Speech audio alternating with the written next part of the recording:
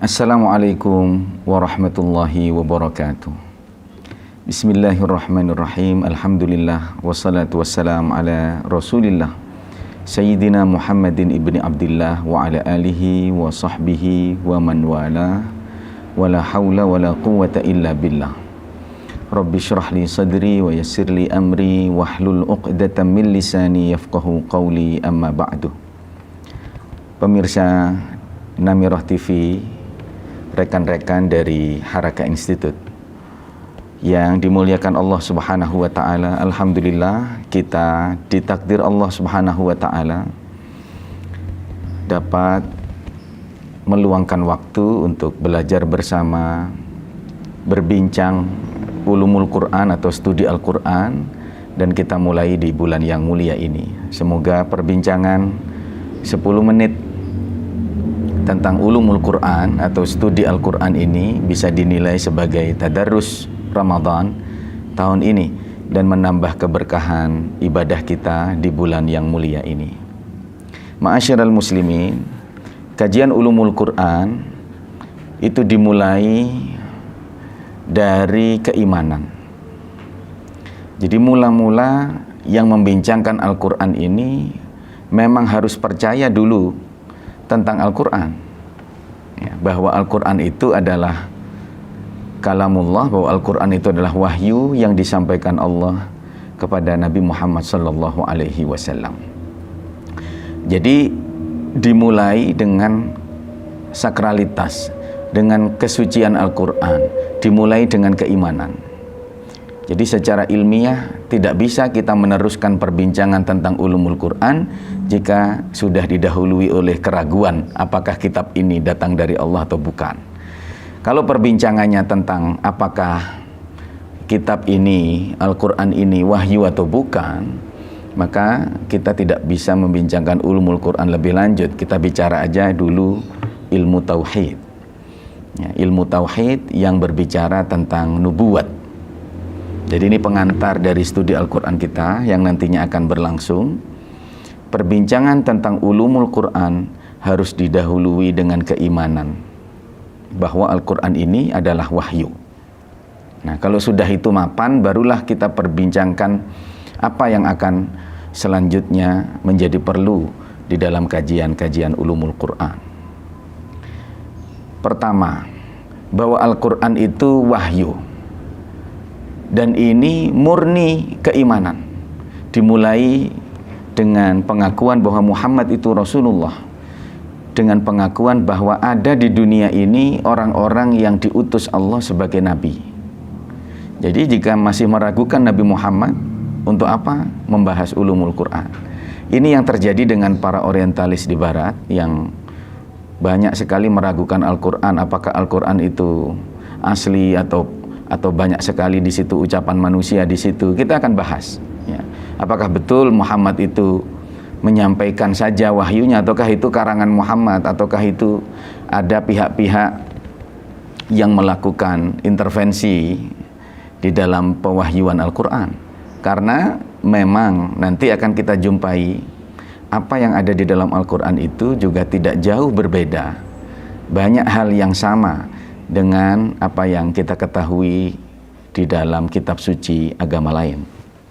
Ya, nanti kita akan bahas apakah Muhammad betul-betul menerima wahyu dari Allah, ataukah Muhammad ini sebenarnya adalah seorang pembelajar yang kemudian dalam tanda petik melakukan plagiasi terhadap kitab-kitab suci yang lain yang turun sebelum Al-Quran, sehingga isinya mirip, kandungannya sama.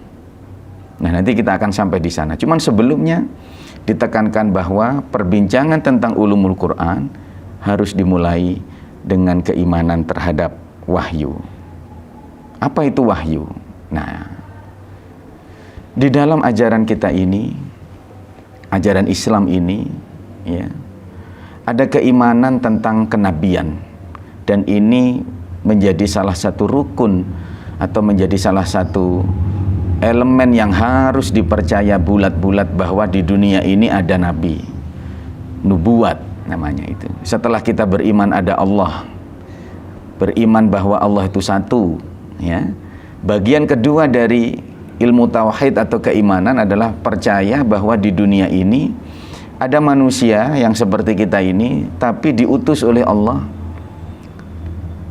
sebagai nabi dan rasul. Di dalam akidah Ahlussunnah wal Jamaah, ya, para alim telah menyebutkan bahwa nabi-nabi Allah atau orang-orang yang dipilih Allah ini banyak, berjumlah 124.000. Ini ada di dalam kitab misalkan Aqidatul Awam. Dari 124.000 itu ada nabi yang memiliki tugas-tugas spesial, yaitu tugas tabligh atau menyampaikan risalahnya. Karena sebagian yang menerima wahyu itu tidak memiliki tugas menyampaikan. Yang diberi tugas menyampaikan ini berjumlah 313. Dan ini ada juga di dalam literatur ilmu tauhid yang menjadi fundamen dalam keimanan Ahlussunnah wal Jamaah. Dari 313 itu 25 nama yang harus kita ketahui, ya, di dalam Aqidatul Awam kalau bisa hafal. Diketahui, dipercayai ada 25 nabi dan rasul, ya. Jadi dari 124.000 nabi ada 313 rasul. Dari 313 itu ada yang wajib diketahui yaitu 25.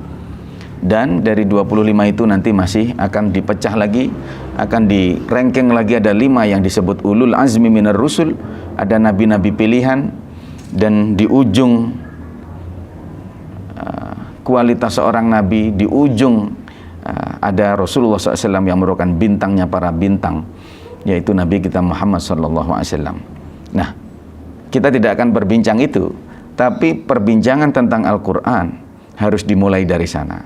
Jadi kita membahas Al-Quran sudah lebih dulu percaya bahwa ada yang namanya wahyu. Kenapa kita percaya ini? Dan ini menjadi setting dari rangkaian ulumul Quran, ya, karena ya Al-Quran itu wahyu. Jadi kalau di awal-awal sudah tidak percaya ada nabi, ngapain kita bicara tentang Al-Quran? Jadi penting, ya, karena sebagian orang tidak percaya ada wahyu, ya. Kita akan coba itu, bahwa mungkin nggak wahyu itu terjadi, ya. Di dalam kajian kita, wahyu itu atau yang disebut sebagai pemberitaan langit itu, ya, jaizun aklan, ya, secara logika dia mungkin terjadi, dan memang mungkin terjadi. Sesuatu itu masih berada di dalam wilayah imkaniyat, mungkin terjadi, bukan mustahil. Artinya seseorang menerima berita dari Allah, bisa saja. Nah, yang kedua, waqi'un fi'lan, apakah betul-betul terjadi? Nah, ini repot, ya. Bagaimana kita akan membuktikan, ya, bahwa betul-betul di salah satu malam dari malam-malam Ramadan ada malaikat yang turun ke gua mendatangi Muhammad yang saat itu sedang tahannus, sedang bertapa, ibaratnya berdiam diri, ya, bertahannus, berdiam diri di gua itu. Apakah kejadian pewahyuan ini adalah satu momen sejarah ataukah itu pengalaman subjektif? Apakah itu pengalaman orang per orang yang tidak bisa dibuktikan oleh orang lain? Nah, ini para ulama, para cendekia, baik yang muslim maupun non-muslim berbincang masalah ini. Apakah mungkin pewahyuan itu dibicarakan sebagai fakta yang bisa dibuktikan? Nah, maka sekali lagi, ya, kalau mau berbincang Al-Quran, terlebih dahulu kita harus meyakini bahwa wahyu itu mumkinul wuqu', bahwa wahyu itu bisa terjadi, dan wahyu itu mungkin terjadi. Selanjutnya kita barulah akan membincang apakah wahyu itu betul-betul terjadi, dan apakah Muhammad Sallallahu Alaihi Wasallam betul-betul diangkat oleh Allah sebagai Nabi dan betul-betul menerima wahyu. Kita akan bicara ini di dalam 10 menit yang lain tentang pewahyuan Muhammad Sallallahu Alaihi Wasallam.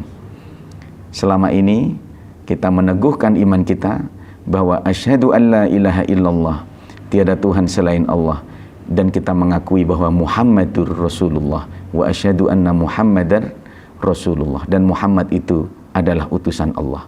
Selama kita meyakini bahwa beliau adalah utusan Allah, berarti kita sudah mengimani ada wahyu yang turun kepada beliau Muhammad sallallahu alaihi wasallam, dan itu adalah Al-Qur'an yang hingga hari ini kita baca dan kita ulang-ulang, kita tadarrus di bulan ini banyak-banyak.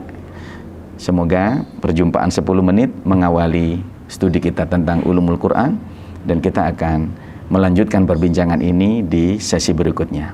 Wassalamualaikum warahmatullahi wabarakatuh.